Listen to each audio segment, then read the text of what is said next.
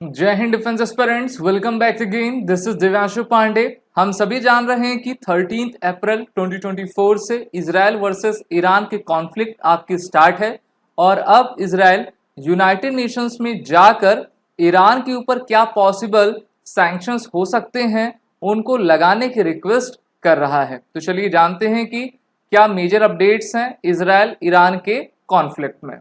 जैसा कि हम सभी जानते हैं कि ईरान ने 13 अप्रैल की रात को इजराइल के ऊपर 200 से अधिक मिसाइल्स और ड्रोन से हमला किया और अब इजराइल इसकी प्रतिक्रिया जरूर देगा, ऐसा इजराइल ने कहा है। अमेरिका इजराइल को सपोर्ट कर रहा है और अभी यूनाइटेड नेशन सिक्योरिटी काउंसिल में जो है इजराइल के द्वारा ये कहा गया है कि ऑल पॉसिबल सैक्शंस जितने भी ईरान के अगेंस्ट आपके लगने हैं उसको लगना चाहिए, क्योंकि ईरान के द्वारा जो है मिडिल ईस्ट और इजराइल के पीस को आपका डी स्टेबलाइज करने की कोशिश पिछले काफी समय से की जा रही है।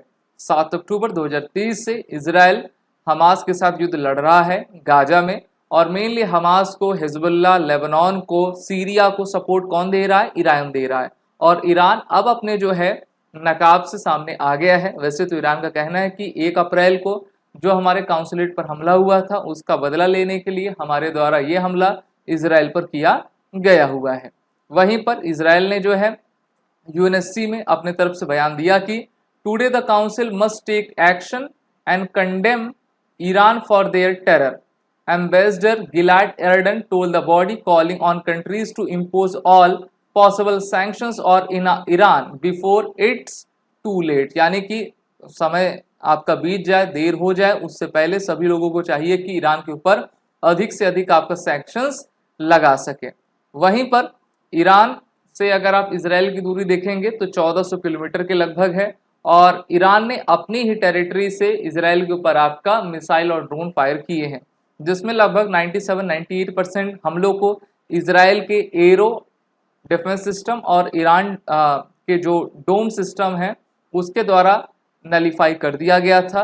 यूके के फाइटर जेट्स के द्वारा भी ईरान के द्वारा भेजे गए जो ड्रोन्स थे, कामकाजी ड्रोन्स थे, जो कि हम कहते हैं कि एक प्रकार के ऐसे ड्रोन्स होते हैं जिनका मुख्य उद्देश्य होता है कि दुश्मन की टेरिटरी में जाकर गिर जाना, तो उसको भी उनके द्वारा आपको डिस्ट्रॉय किया गया है। वहीं पर जब 100 से ज़्यादा medium range ballistic missiles, 30 land attack cruise missiles, 150 attack drones आपके ईरान के द्वारा फायर किए गए, तब से पूरा इजराइल जो है अलर्ट पे है। वहाँ पर अब जो है ये तैयारियां की जा रही हैं कि किस प्रकार से हम ईरान के ऊपर आपका हमला करें, क्योंकि इजराइल हमला ज़रूर करेगा और ये देखना ज़रूरी होगा कि किस प्रकार से ये वॉर आपकी एक्सलेट होगी। इजराइल तो अपने टेरिटरी में इस लड़ाई को लड़ रहा था, लेकिन अब ईरान ने जो है एक प्रकार से उसको आपका कहा है कि हम आपको हमला करेंगे, क्योंकि आपने हमारे काउंसुलेट पर 1 अप्रैल को हमला किया था। और किसी भी देश का काउंसुलेट जो रहता है किसी दूसरे देश में है, लेकिन वो काउंसुलेट उस देश का पार्ट माना जाता है, उस देश की टेरिटरी मानी जाती है।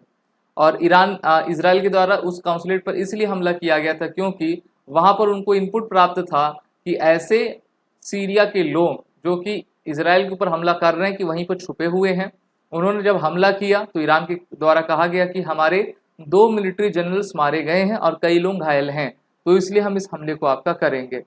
US forces successfully engage and destroyed more than 80 one way attack uncrewed aerial vehicles and at least 6 ballistic missiles. Jordan में अमेरिका के बेसिस बने हुए हैं, तो अमेरिका ने भी जो हवा से आ रहे थे मिसाइल्स या ड्रोन्स, तो उनको आपका हमले में खत्म कर दिया। बाकी बचे जो आए उसको इजराइल के द्वारा आपका नेस्तनाबूद कर दिया गया था। यहाँ पर आप टेरिटरी देख पा रहे हो ईरान की, और ये इजराइल है, तो इनके बीच आपका इराक, जॉर्डन, सीरिया ये सभी देश आया करते हैं और 1400 किलोमीटर की आपकी दूरी है। इस इलाके में ये जो आपका इलाका है सी का, वहाँ पर अमेरिका के द्वारा एयरक्राफ्ट कैरियर को आपका मेडिटेरेनियन सी में रखा गया है। अगर आप रेड सी का इलाका देखोगे तो सऊदी अरब के जस्ट बगल में और सऊदी अरब के जस्ट नीचे एक देश आता है जिसका नाम है यमन। यमन में हौथीस हैं। हौथीस को ईरान के द्वारा बैक किया जा रहा है और वो हौथीस क्या करते हैं? कि इस रेड सी में जितने भी वेसल्स आपके चलते हैं, मर्चेंट वेसल्स, उनको निशाना बना रहे हैं और ट्रेड को नहीं होने दे रहे हैं। यहाँ पर आप देखो, ये स्ट्रेट ऑफ होर्मुज है, ये आपका यूएई है, और यूएई कोस्ट में ईरान के द्वारा एक वेसल को, एक मर्चेंट वेसल को, एमएससी पोर्टुगीज वेसल को कैप्चर किया गया, जिसकी लिंक इजराइल से थी। इसमें 17 भारतीय हैं और ईरान ने भारत से कहा है कि चलिए आप उन भारतीयों से मिल सकेंगे, और ईरान ने जो है एक प्रकार से इजराइल को काउंटर करने के लिए उस शिप को आपका पकड़ लिया हुआ है। इजराइल की सेना और ईरान की सेना को अगर हम देखें तो ईरान की जो मिलिट्री पावर है काफ़ी अधिक है, क्योंकि इजराइल जो है काफ़ी अधिक है। इजराइल एक प्रकार का न्यूक्लियर पावर देश है। इनके पास शॉर्ट रेंज से लेकर आपके लॉन्ग रेंज तक काफ़ी मल्टीपल मिसाइल्स हैं।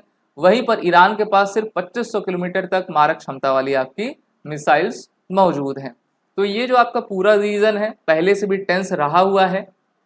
70s से पहले, 1970s से पहले ईरान और इजराइल के बीच में अच्छे संबंध हुआ करते थे, लेकिन जब ईरान में लीडरशिप आपकी बदली तो ये मुस्लिम वर्सेस जूइस करने लगे, और तब से लेकर अभी तक इनके बीच आपका टेंशन काफ़ी अधिक है।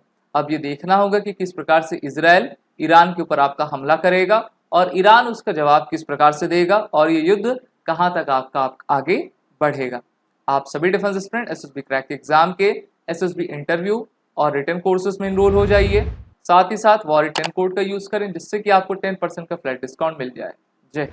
अगर आप एक डिफेंस एस्पिरेंट हैं और SSB interview, NDA, CDS, AFCAT जैसे एग्जाम्स के लिए प्रिपेयर कर रहे हैं तो आप एसएसबी क्रैक एग्जाम्स के कोर्स को चेक करना ना भूलें। आप हमारी लर्निंग एप्लीकेशन को गूगल प्ले स्टोर से भी डाउनलोड कर सकते हैं।